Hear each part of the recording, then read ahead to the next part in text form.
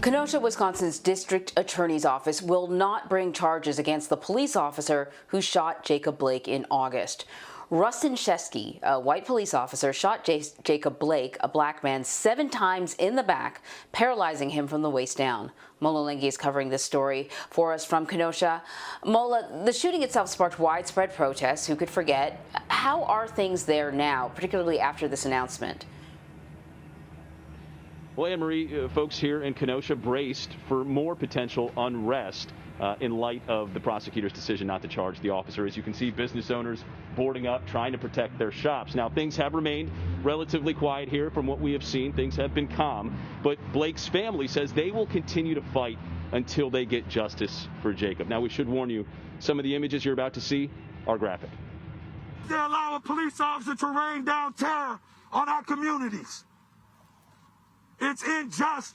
Jacob Blake's uncle spoke moments after DA Michael Gravely said he would not criminally charge Officer Rusten Sheskey for shooting Blake 7 times. As Americans and the citizens of Kenosha and the world as a whole must get this right, not just for little Jake, but for all the little Jakes this will impact. Gravely said none of the officers at the scene would be charged, as he could not disprove Officer Sheskey's claim of self-defense when he and the other officers responded to a domestic dispute last August. The DA said the officers knew of a warrant for Blake for previous violence and described the struggle during his attempted arrest, which included tasing Blake multiple times with no effect. Multiple officers try to grab his arms and secure him so he can be cuffed. He admits at one point, officers were trying to handcuff me, but I was able to get up. Prosecutors say Blake tried to enter a vehicle holding a knife. Cell phone video captured Sheskey shooting Blake in the back. Blake's 3 young children were in the back seat.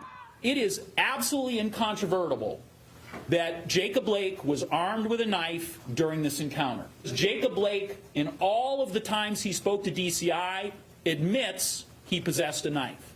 We spoke with Blake's father about his son having a weapon. He was moving away from the officer. He wasn't a threat to that officer.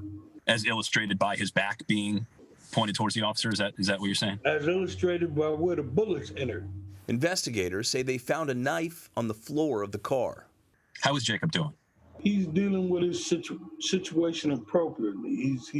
He's where he should be after being shot 7 times.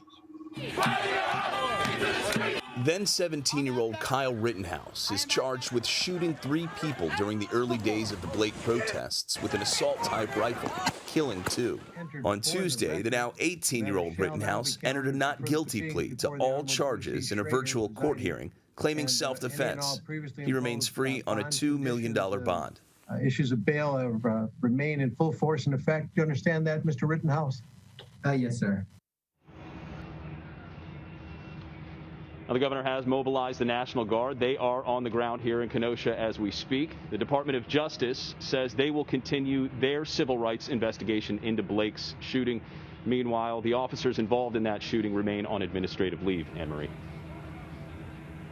Mola, it seems as if the Blake family have been trying to sort of keep people calm. They do not want to see what erupted in the summertime, and we saw Kyle Rittenhouse in your story. I'm wondering how concerned authorities are about, I guess, counter-protesters or militia groups, descending on Kenosha again like they did before, which really led to sort of an uptick in some really disturbing violence.